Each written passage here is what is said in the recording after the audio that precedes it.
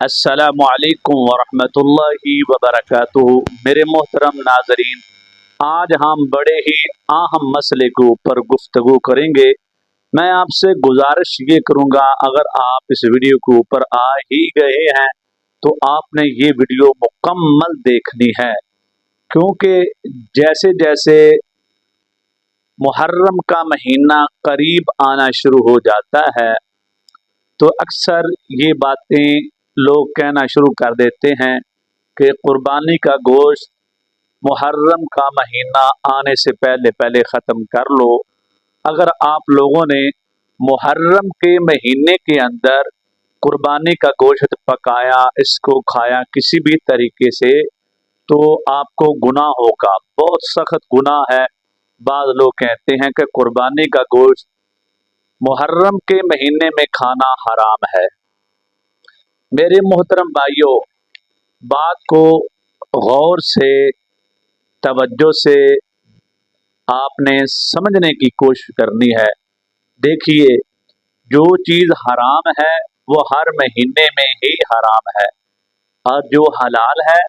وہ ہر مہینے میں ہی حلال ہے۔ سب سے پہلے حرام کرنے والی ذات اللہ اور اللہ کے حبیب جناب محمد الرسول اللہ صلی اللہ علیہ وآلہ وسلم کی ہے۔ اگر اللہ اور اللہ کے حبیب نے محرم کے مہینے میں گوشت کھانے سے منع نہیں کیا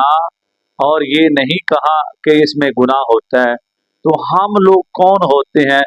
اتنا بڑا فتویٰ دینے والے، اتنی بڑی اپنی منہ سے بات نکالنے والے کہ جو محرم کے مہینے میں کھائے گا گوشت قربانی کا وہ گناہگار ہوگا یا بہت بڑا گنہگار ہو جائے گا۔ اس کے لیے ہمیں یا تو قرآن پاک سے دلیل چاہیے یا حدیث پاک سے دلیل چاہیے۔ اور دوسری بات، حضور نبی کریم صلی اللہ علیہ وآلہ وسلم کی 63 سالہ زندگی کو پڑھا جائے، دیکھا جائے، سنا جائے تو حضور نبی کریم صلی اللہ علیہ وآلہ وسلم کی 63 سالہ زندگی میں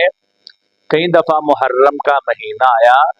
اللہ کے نبی نے کبھی بھی یہ نہیں فرمایا کہ اگر کسی کے پاس قربانی کا گوشت پڑا ہے تو وہ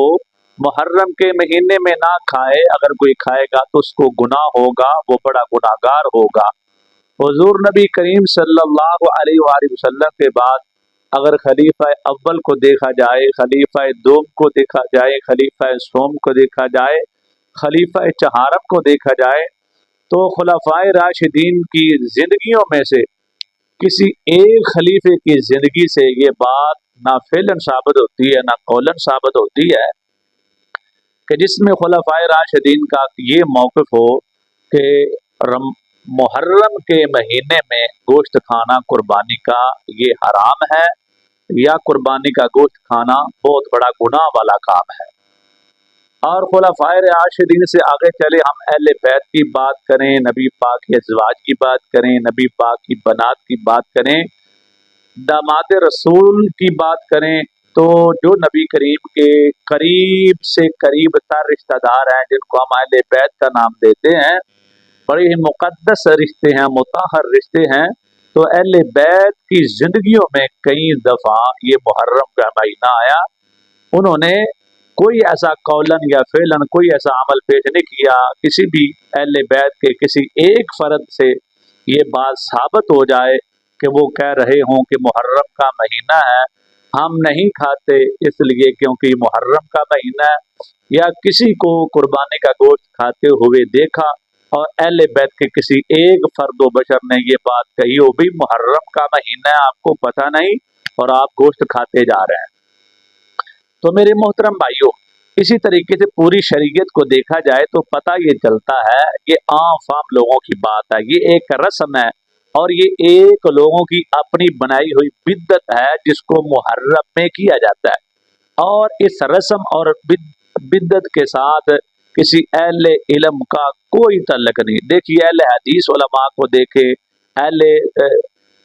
سنت علماء کرام کو دیکھیں، اہل دیوبند علماء کرام کو دیکھیں، تمام مکتبہ فکر کے اگر علماء کرام کو دیکھا جائے تو کسی اہل علم کا کوئی ایسا فتویٰ نہیں ملتا